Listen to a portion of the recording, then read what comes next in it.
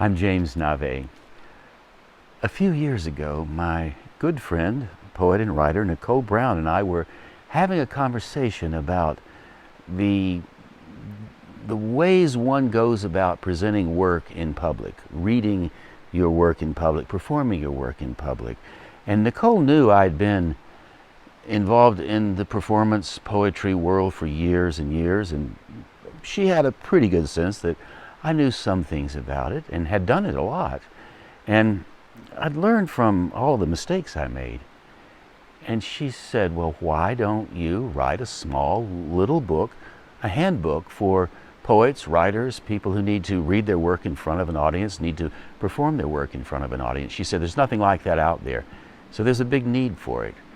And I resisted it a little bit. I said, well, you know, what do I have to say? I could tell you a few things about it. I can help you if you like. And she said, no. You need to write this book. And, you know, I said, okay, I'll do that. So I presented the idea to my creative collaborator, Allegra Houston. And Allegra said, well, I think it's a great idea. If you write the book, I'll help you edit it. And so I did. I thought, I'll just get down to business and try to write a very practical book about how you can engage your audience in ways that are easy, simple, and to the point. And so I sat down and started to work on the book. And one of the sparks that got our conversation going, Nicole and I were talking about this idea because we had both been at Vermont College getting our MFA degrees at the same time in the early 2000s.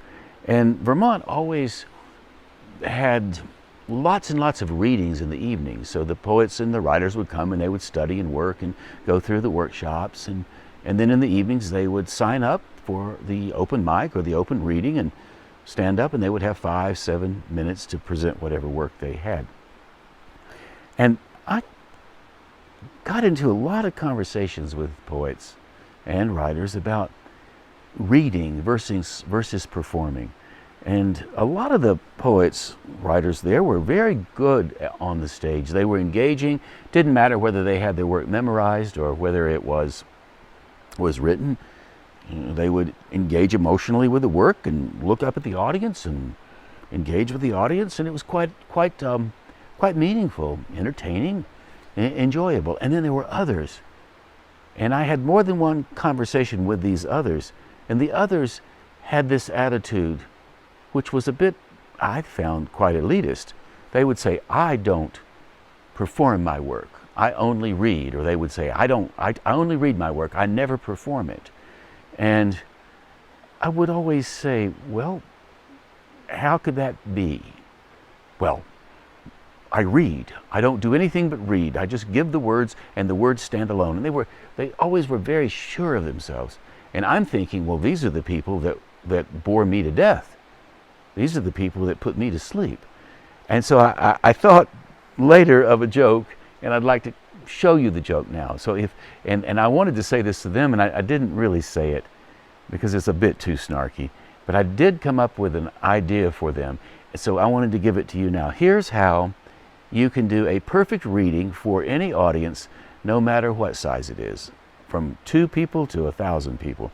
So I'm going to give you a little workshop. It only takes 30 seconds or so.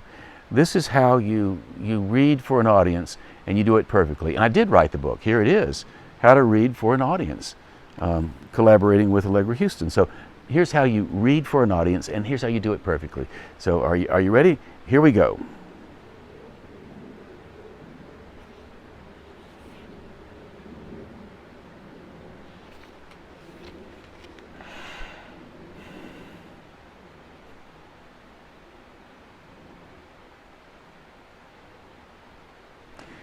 Thank you very much.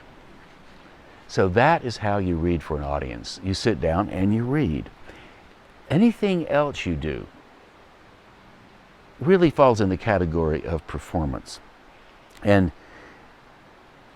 what people mean by reading is really not read quietly and let the people look at you. It really means that that you're actually speaking. And to say you're reading doesn't get you off the hook regarding your performance, regarding your responsibility for your audience. It does say and suggest that when you read aloud, you have a responsibility to connect. Here, this is a reading aloud, pretty standard. This is what most people mean. Keep in mind that what you remember is never totally accurate and never complete. Once you accept that you'll never remember perfectly, it becomes easier to be creative with your memories. Let's say you were sitting in a cafe listening to the radio. The station might have been WMS, or it might not. Maybe it was June and the night frogs were loud in the trees. Or maybe there was a bitterly cold draft coming through the ill-fitting windows. Either way, it doesn't matter. All that matters is that you have an abundance of concrete sensory details in your mind. Now, this is the section where we talk about remembering and trying to get a sense of the piece in your mind, so when you read it, you have something going on in your imagination that you can connect emotionally to the work.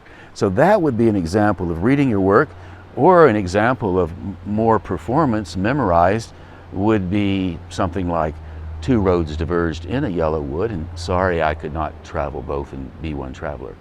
Along I stood, and I looked down one as far as I could to where it bent in the undergrowth, and then I took the other as just as fair, and having perhaps the better claim, because it was grassy and wanted wear. Though as for that, the passing there had worn them really about the same. Now that was an example of storytelling a poem.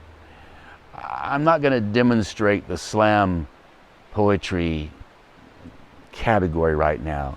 Slam poetry is very high energy, so you can go any way you want. The idea here is to honor your voice, to allow yourself to embrace who you are. Trust what you have to say. Most of what we have to say comes from simplicity, not complexity. It's not complex. Is complexity a word? I don't know. It is now. So trust yourself.